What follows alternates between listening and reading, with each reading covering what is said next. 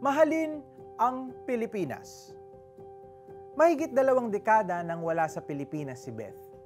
Mula nang ma-recruit siya bilang nurse sa New York, doon na siya tumira. Sa paglipas ng panahon, nakapag-acquire na siya ng American citizenship. Kapag kinuha ito, pinapasumpa ang bagong citizens na ang kanilang loyalty ay sa Amerika lamang, na otomatikong nag-i-invalidate ng original na citizenship nila.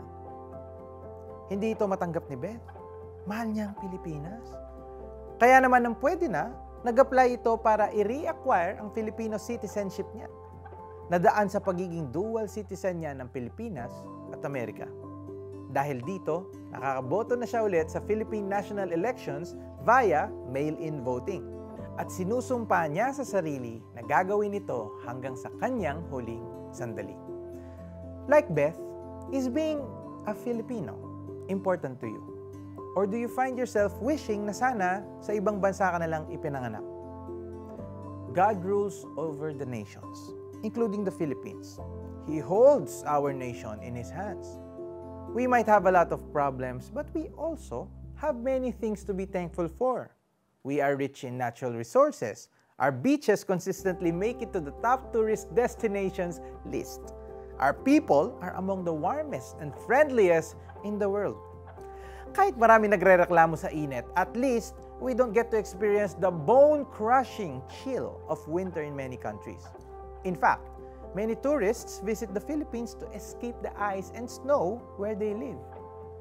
Maybe it's time to see our country in a new light and start loving the Philippines more. Ang mahalin ng Pilipinas ay ang magpasalamat sa Diyos kung nasaan at kung sino tayo. Dahil dyan, pray po tayo. Panginoon, salamat po na ipinanganak akong Pilipino. Inilalapit ko po sa inyo ang aming bansa. Iligtas ninyo po kami mula sa masasama.